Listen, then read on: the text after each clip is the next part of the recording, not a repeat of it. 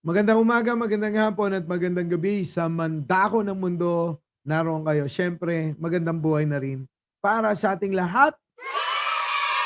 Opo, nako, maiba naman tayo, lumayo naman tayo sa politika.